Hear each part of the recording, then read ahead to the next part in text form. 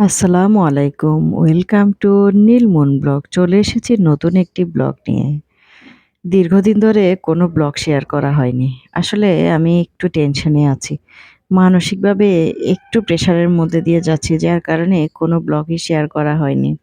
যেহেতু বাচ্চাদের পরীক্ষা ২৫ তারিখ শেষ হয়ে গিয়েছে, তাই আপু বারবার ফোন করছিল যাওয়ার জন্য।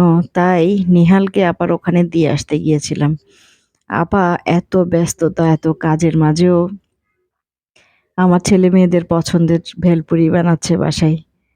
এত ঝামেলার মধ্যেও যে আমার বোন আমার ছেলেমেয়েদের পছন্দের খাবারগুলোর কথা মাথায় রেখেছে, এজন্য অনেক, অনেক ভালোবাসা জানাচ্ছি।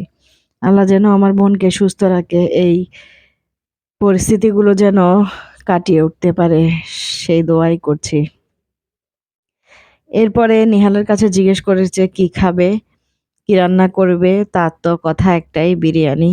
তো আপা বিরিয়ানি রান্না করছে আর আমি ক্লিপ নিচ্ছি। দীর্ঘদিন ধরে আমি ভিডিও শেয়ার করিনি।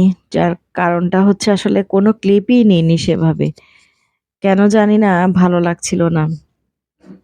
মনটা বড্ড অস্থির ছিল। তার কারণে কোনো কিছুই করা হয়নি। কোথাও যাওয়া হয়নি এবার। অনেকে আমাকে নক করছেন, স্বপ্নকুটির কবে যাবেন? স্বপ্নকুটিরের ব্লগ কবে দেখব?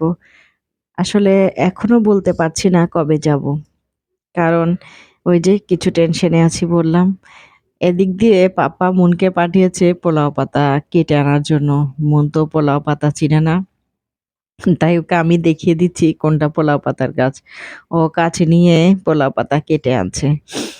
তো পোলাও পাতাটা আমি সহ আসছিলাম ওর সাথে। পোলাও পাতাটা কেটে নিয়ে আমরা চলে যাচ্ছি রান্নাঘরে। মুন আর আমি মিলে আপার হাতের রেসিপি শেয়ার করছি।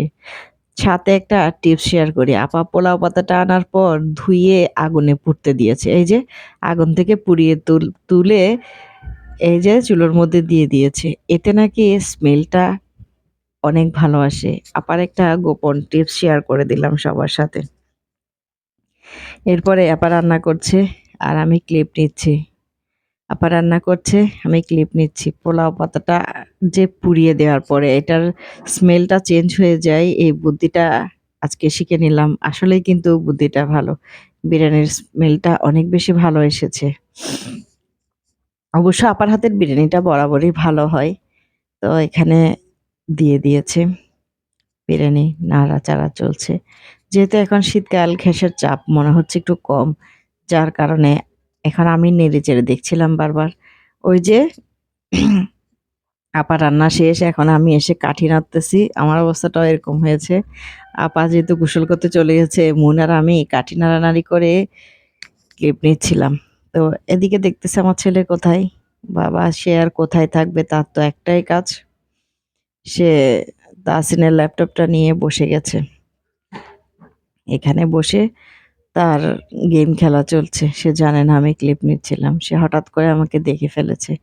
তারপর আবার গোসল করে নামাজ পড়ে আসার পর গরম, গরম বিরিয়ানি খেতে বসে গেছি।